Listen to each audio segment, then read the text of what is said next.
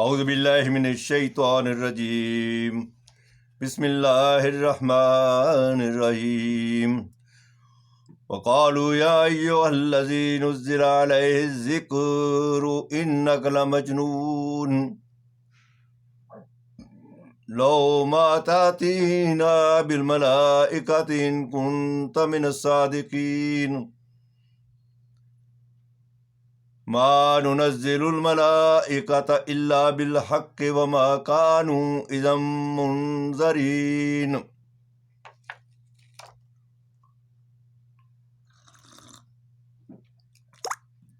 انا نحن نزلنا الذکر وانا له لحافظون وَلَقَدْ أَرْسَلْنَا مِن قَبْلِكَ فِي شِيَعِ الْأَوَّلِينَ وَمَا يَأْتِيهِم مِّن رَّسُولٍ إِلَّا كَانُوا بِهِ يَسْتَهْزِئُونَ۔ صدق اللہ العظیم۔ رب اشرح لي صدری ويسر لي أمری واحلل عقدۃ من لسانی یفقہوا قولی۔ اللہم صلی علی محمد وعلی آلہ وصحبہ اجمعین۔ حضرات، سورہ ہجر کی آیات 6 تا 11 آپ کے سامنے تلاوت کی ہیں۔ اس کا ترجمہ سن لیجئے۔ لوگ کہتے ہیں کہ اے وہ شخص جس پر اترا ہے قرآن حکیم ذکر تو بے شک دیوانہ ہے، کیوں نہیں لے آتا ہمارے پاس فرشتوں کو اگر تو سچا ہے؟ ہم نہیں اتارتے فرشتوں کو کام پورا کر کے، یعنی حق کے ساتھ، اور اس وقت نہ ملے گی کچھ مہلت، یعنی فرشتے جب بھی آئیں گے عذاب کے لیے آئیں گے، رحمت کے لیے تو انبیاء پر آتے ہیں، اہل اللہ پر آتے ہیں۔ ہم نے آپ پر اتاری ہے یہ کتاب، یہ ذکر، یہ نصیحت، یہ قرآن حکیم، اور ہم آپ اس کے خود نگہبان ہیں۔ ہم بھیج چکے رسول تجھ سے پہلے اگلے فرقوں میں، اور نہیں آتا ان کے پاس کوئی رسول مگر کرتے رہے ہیں اس سے ہنسی۔ آج کے اس مضمون میں ہم یہ چاہیں گے کہ بتایا جائے کہ اللہ تبارک تعالیٰ نے اس کتاب کا ذمہ لیا، اس کے کسی حرف کے اندر، کسی زیر اور زبر کے اندر، اس کے کسی مضمون کے اندر کسی قسم کی نہ تو کوئی کجی ہے اور نہ ہی کوئی کمی ہے، لیکن آج 15/12/21 کو بھی ہمارے پاس ایسی حنفی فقہ کی کتابیں موجود ہیں جس میں یہ سکھایا جا رہا ہے، یہ پڑھایا جا رہا ہے کہ قرآن حکیم میں کجی بھی ہے اور قرآن حکیم کی 487 آیات گم بھی ہیں۔ اس کا ریفرنس، اس کے شواہد، اس کا ثبوت آپ کو دے رہا ہوں۔ علامہ احمد بن ابی سعید متوفی 1130 ہجری کی کتاب تفسیرات احمدیہ، جس کے مترجمین مفتی محمد شعیب اور مولانا اویس حسن ہیں، جسے مکتبہ رحمانیہ رجسٹرڈ نے چھاپا ہے، اس کے صفحہ 40 پر منسوخ کی اقسام بیان کرتے ہوئے لکھتے ہیں، کوٹ اینڈ کوٹ، تلاوت اور حکم دونوں منسوخ ہوں، جیسے مروی ہے، مروی سے مراد جیسے کہ مختلف روایات میں آیا ہے کہ سورہ احزاب کی 200 یا 300 آیات تھیں،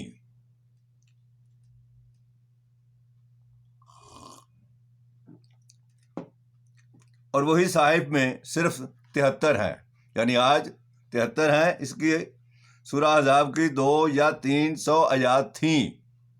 یہ بیان کر رہے ہیں علامہ ابن ابی سعید، احمد بن ابی سعید۔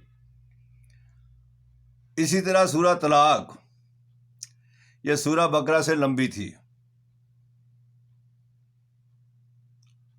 تو اس کا مطلب کیا ہوا کہ کچھ آیات گم ہو چکی ہیں۔ یہ تو ایک ریفرنس ہوا۔ دوسری کتاب ہے ناسخ و منسوخ، قتادہ بن دعامہ، یہ متوفی ہیں 100 ہجری کے۔ متوفی سے مراد فوت ہو چکے۔ وہ صفحہ 14 میں بھی یہی بیان لکھا ہوا ہے اس کو کہ سورہ احزاب کی آیات اور سورہ طلاق کی آیات قریباً سورہ بقرہ کے برابر تھیں۔ اس وقت سورہ بقرہ کی آیات 286 ہیں اور سورہ حجرات کی آیات 73 ہیں اور سورہ طلاق کی 12 ہیں۔ اگر علماء کی بات کو سچ مانا جائے تو یہ ماننا پڑے گا کہ سورہ حجرات کی 213 آیات اور سورہ طلاق کی 274 آیات گم ہے۔ بس علماء کے نزدیک دونوں کو ملا کر کے 487 آیات بنتی ہیں جو کہ گم ہیں۔ یہ دور حاضر میں پڑھایا جا رہا ہے۔ ان کا یہ دعویٰ قرآن حکیم کی سورہ حجر آیت نمبر 9 کے خلاف ہے۔ اگر وہ آیات گم ہیں تو پھر اللہ تبارک تعالیٰ نے جو ذمہ لیا ہے، اس کا مطلب آپ کو اس کا یقین نہیں ہے۔ انا نحن نزلنا الذکر وانا لہ لحافظون کا آپ کو یقین نہیں ہے۔ ہم یہ کہتے ہیں کہ ان کی یہ بات 100% غلط ہے۔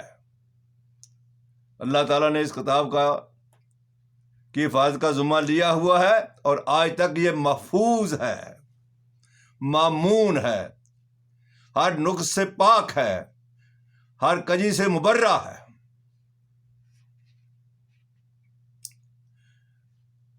آگے چلیے۔ علماء کے نزدیک قرآن حکیم کے اندر کجی بھی ہے، کمزوری بھی ہے، ایک دوسرے کے ساتھ ڈائیکاٹمی ہے۔ اسی کتاب کے اندر علامہ احمد بن ابی سعید کی کتاب مذکورہ تفسیرات احمدیہ کے صفحہ 41 پر لکھا ہے، کیونکہ اس بات کا ہر شخص کو، اب کوٹ اینڈ کوٹ، کیونکہ اس بات کا ہر شخص کو معلوم ہونا ضروری ہے جو قرآن پر عمل کرتا ہے اور اس سے مسائل کا استنباط کرتا ہے۔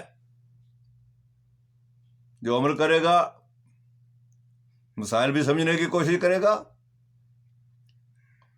کہ تعارض،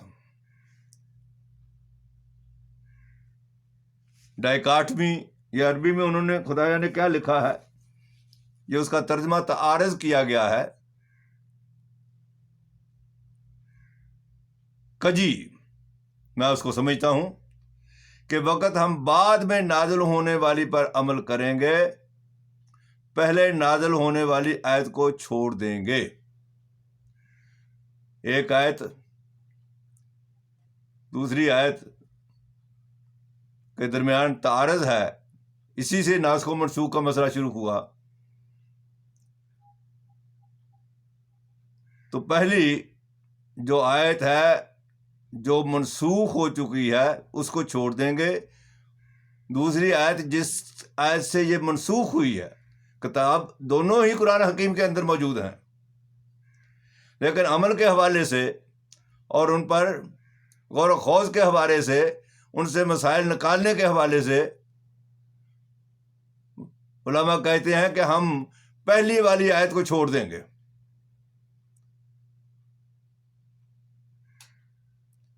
یہ ان کا یہ دعویٰ جو ہے غلط ہے، کیونکہ اللہ تبارک تعالیٰ نے فرمایا الحمدللہ الذی انزل علی عبدہ الکتاب ولم یجعل لہ عوجا، سورہ کہف کی آیت نمبر 1 ہے۔ سب تعریف اللہ تعالیٰ کو جس نے اتاری اپنے بندے پر کتاب اور نہ رکھی اس میں کوئی کجی، لیکن یہ کہتے ہیں کہ تعارض کے وقت، کجی کے وقت، ابہام کے وقت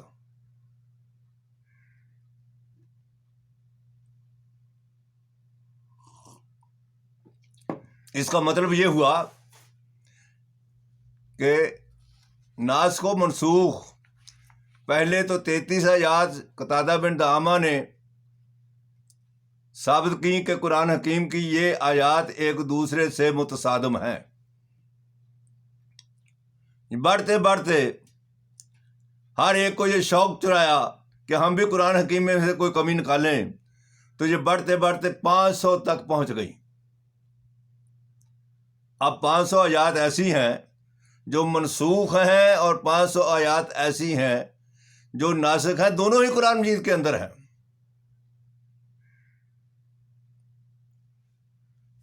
پوچھیں ان سے کہ کون سی 500 آیات ہے؟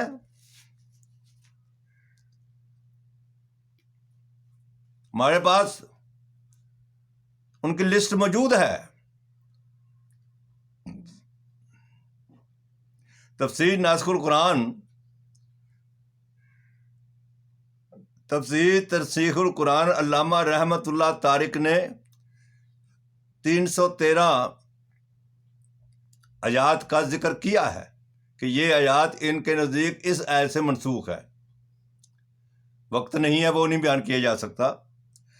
تو کہنے کا مقصد ہے کہ 500 آیات ایسی ہیں جن پر عمل نہیں کیا جائے گا ان کے نزدیک، جبکہ حضور اکرم صلی اللہ علیہ وسلم نے ان پر عمل کیا۔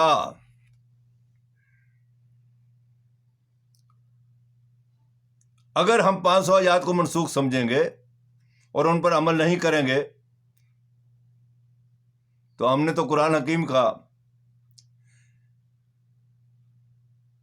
بہت سارا حصہ ضائع کر دیا۔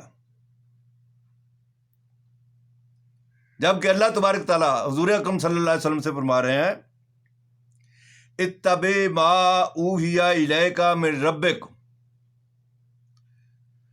لا الہ الا ہو واعرض عن المشرکین، تو چل اس پر جو حکم تجھ کو آئے تیرے رب کا۔ تو تیرے رب کا حکم تو یہ ہے کہ جو وحی نازل ہو اس پر عمل کرو۔ تو کیا علماء کا یہ گمان ہے کہ حضور اکرم صلی اللہ علیہ وسلم نے ان آیات پر عمل نہیں کیا ہوگا، اللہ کا حکم نہیں مانا ہوگا؟ اتبع ما اوحی الیک، اے نبی جو تیری طرف ہم وحی نازل کرتے ہیں اس کو اتباع کر۔ ان آیات پر قرآن مجید میں کوئی آیت ایسی نہیں ہے جس پر حضور اکرم صلی اللہ علیہ وسلم نے عمل نہ کیا ہو، اور جس پر حضور اکرم صلی اللہ علیہ وسلم نے عمل کیا ہو تو کیا بعد میں کسی کی یہ اختیار کسی کو ہے کہ وہ کہے کہ یہ منسوخ ہے، ان پر عمل نہیں کرنا؟ یہی وجہ ہے کہ قرآن حکیم کو ایک طرف کر دیا اور پھر اپنے مرضی کا ایک نیا دین بنا لیا، اور وہ دین جو ہے اس مقام پر جا پہنچا جہاں بھائی بھائی کا گلا کاٹ رہا ہے، بھائی بھائی کو کافر بنا رہا ہے، تفرقہ بازی پیدا کر رہا ہے۔ اللہ تعالیٰ کا حکم کیا ہے؟ فَاسْتَمْسَكْ بِالَّذِي أُوحِيَ إِلَيْكَ إِنَّكَ عَلَىٰ صِرَاطٍ مُسْتَقِيمٍ، مضبوطی سے پکڑ جو ہم تیری طرف وحی کر رہے ہیں۔ حکم تو یہ ہے کہ قرآن حکیم پر عمل کیا جائے، قرآن حکیم کو پکڑا جائے۔ دین اسلام پر جو چلنا چاہتا ہے اس کے لیے پہلی کسوٹی قرآن حکیم ہے، اور پھر وہ احادیث ہیں جو قرآن حکیم کی نفی نہ کریں. ان دونوں پر عمل کرنا صراط مستقیم ہے. اللہ تعالیٰ مجھے بھی اور سامعین کو بھی ان پر عمل کرنے کی توفیق عطا فرمائے. وآخر دعوانا ان الحمد للہ رب العالمین.